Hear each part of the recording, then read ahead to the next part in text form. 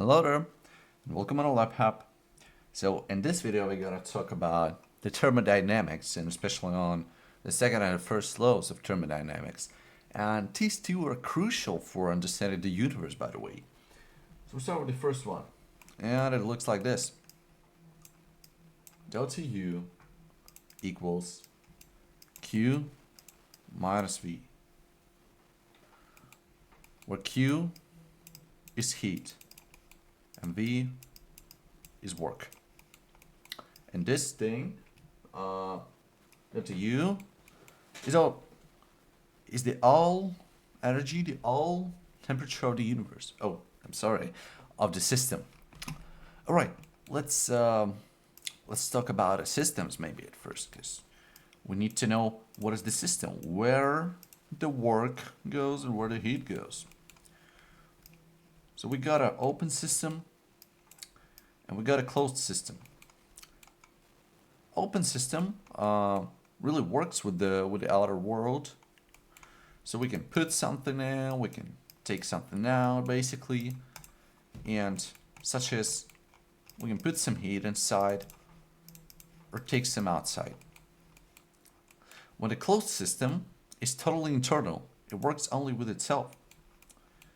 And as two examples, I can provide a herd, right? I'm not a biologist because the example of herd will look like this, and a refrigerator.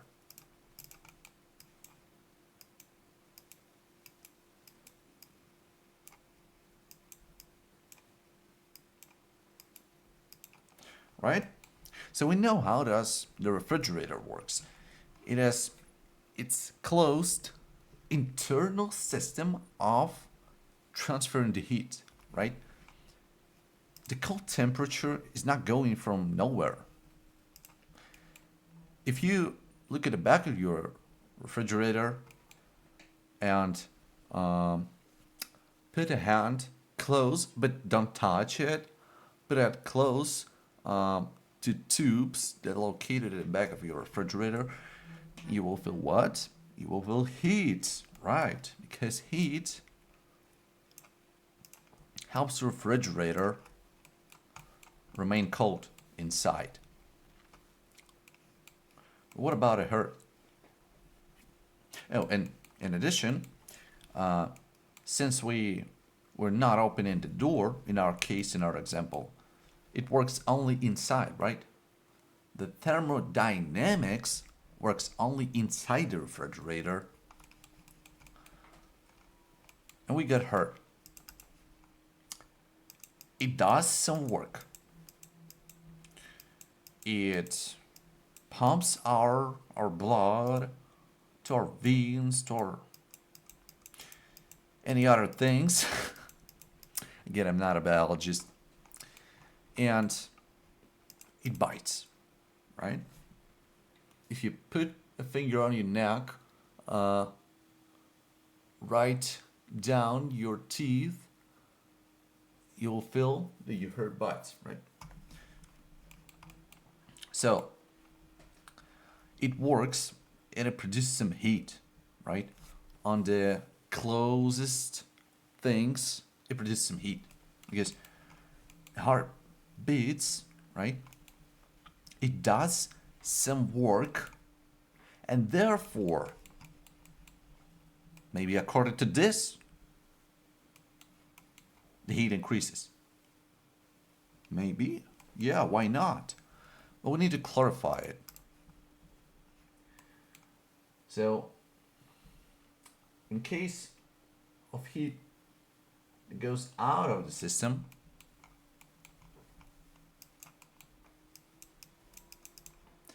it will be negative, so it will decrease.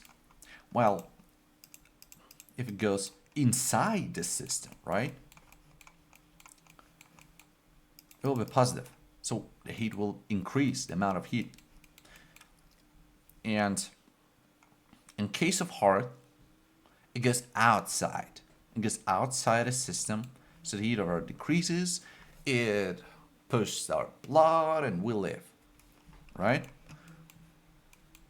But what about it work? The same thing. If it works by the system, it will be negative. If it works on the system, it will be positive. So let's try to represent it on Earth. Let's figure out an example.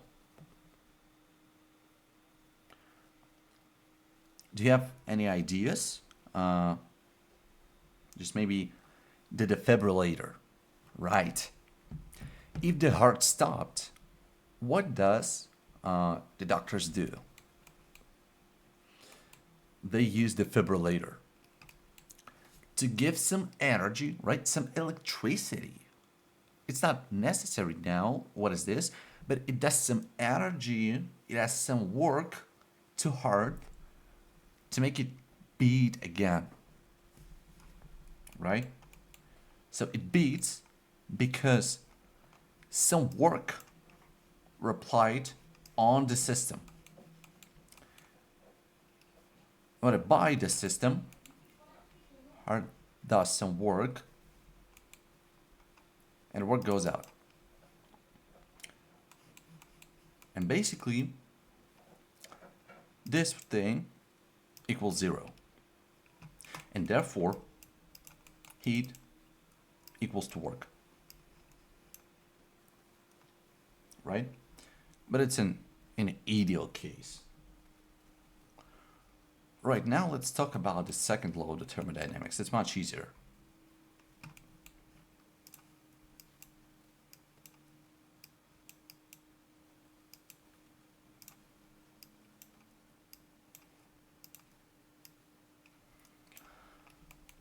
We got a box with a heat inside.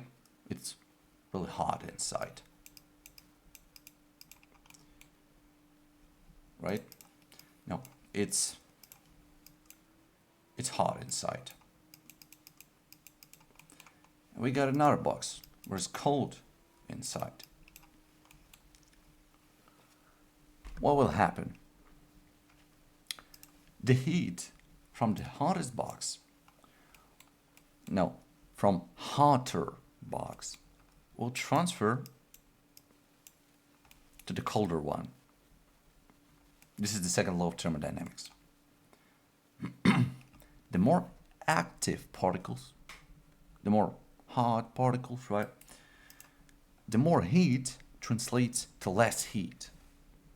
And it doesn't work in opposite side. So the coldest thing, the colder things, doesn't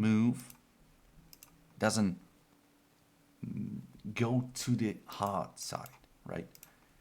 They basically don't go where it's hotter. They remain cold.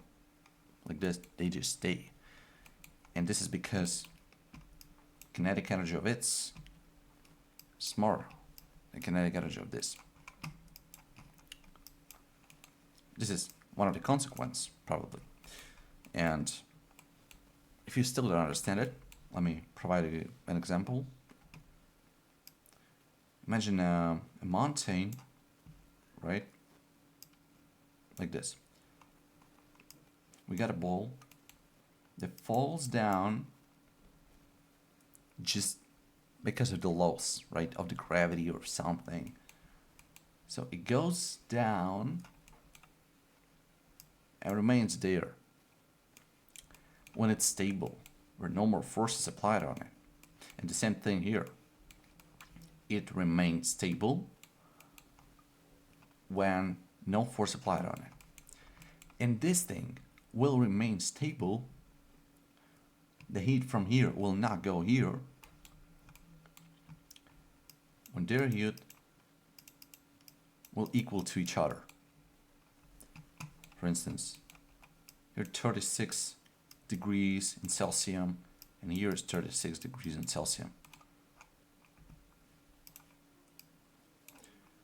Then they stop moving. They don't move anymore. Oh, sorry. They don't basically move anymore. And they remain in this statement. And they will always remain in this statement until we apply some new work or some heat on the current system.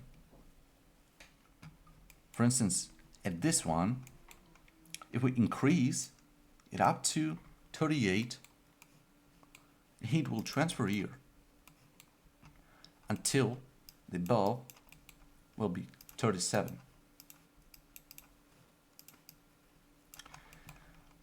And why they don't move when they're stable?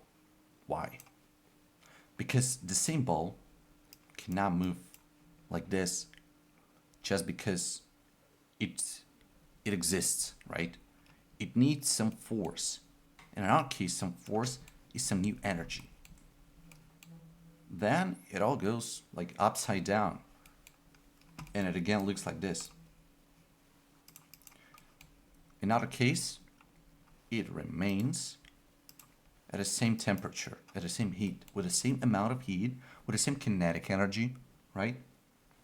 And they just equal, and they don't move because they're stable, like this ball. The ball that already fallen, and it remains fallen. It remains at this point. It doesn't move, just like here. So this is basically all you need to know about the first two laws of thermodynamics, and this course is complicated, trust me.